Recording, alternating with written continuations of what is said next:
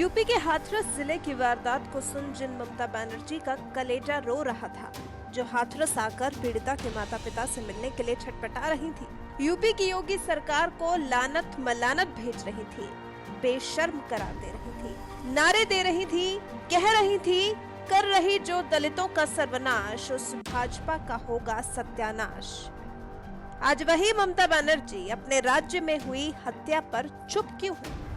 हाथरस मामले पर कूद कूद कर राजनीति को हवा देने वाली ममता बनर्जी की बोलती आज बंद क्यों है, जब उन्हीं के प्रदेश में एक थाने के सामने बीजेपी नेता की गोली मारकर हत्या कर दी गई। पश्चिम बंगाल के उत्तर 24 परगना जिले में रविवार रात को अज्ञात बदमाशों ने बीजेपी नेता मनीष शुक्ला को गोलियों से भून डाला और अब तक इस मामले पर संवेदनहीन ममता बनर्जी ने अपनी जुबान खोलना तक मुनासिब नहीं समझा। जिले के टीटागढ़ पुलिस स्टेशन के सामने एक नेता की हत्या कर दी गई, लेकिन ममता बनर्जी चुप है। भारी संख्या में पुलिस बल को तैनात किया गया है, लेकिन ममता बनर्जी के मुंह से एक शब्द नहीं फूटा। क्यों?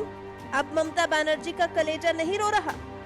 वहीं बीजेपी ने हत्या के विरोध में टीएमसी की जातियों के विरोध में बंद का आह्वान किया है।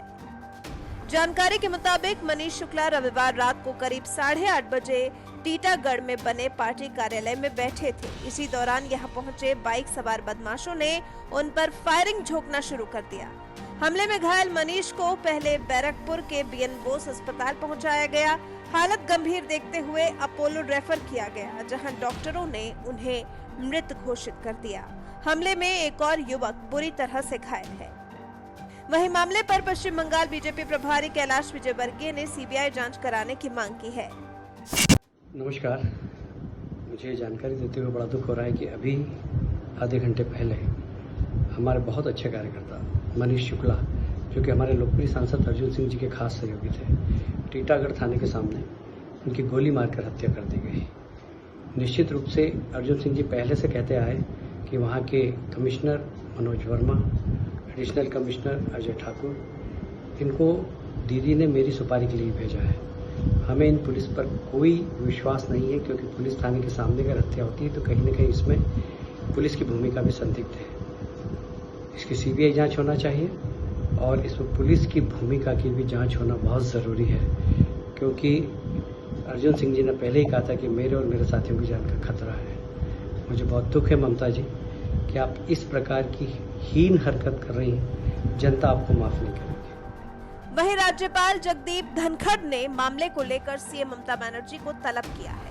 कहा है कि टीटागढ़ के काउंसलर मनीष शुक्ला की बर्बरतापूर्ण हत्या और बिगड़ी कानून व्यवस्था को लेकर पश्चिम बंगाल के अतिरिक्त मुख्य सचिव गृह सीएम ममता बनर्जी और डीजीपी को तलब किया गया है। पश्चिम बंगाल में बीजेपी नेताओं के साथ ये क्रूरता तब है जब पिछले ही महीने राज्यपाल जगदीप धनखड़ ने राज्य सरकार पर बड़ा हमला बोला था। उन्होंने कहा था कि उन्हें राज्य की शक्तियां अपने हाथ लेने पर विचार करना होगा। गवर्नर ने प्रेस कॉन्फ्रेंस की थी, कहा था तृणमूल कांग्रेस ने पश्चिम बंगाल को पुलिस स्टेट में बदल दिया है और इसीलिए वो संविधान के अनुच्छेद 154 पर विचार करने के लिए मजबूर हो जाएंगे, क्योंकि उनके दफ्तर को लंबे समय से इग्नोर किया जा रहा है। तो क्या ये बीजेपी नेता मनीष शुक्ला की हत्या राज्यपाल की ही चेतावनी को चुनौती है? क्या पश्चिम बंगाल की ममता सरकार राज्यपाल के सामने सीना जोरी दिखा रही है? आखिर क्यों नहीं रुक रहा पश्चिम बंगाल में बीजेपी नेताओं की हत्या का सिलसिला? आपका इस पर क्या कहना है?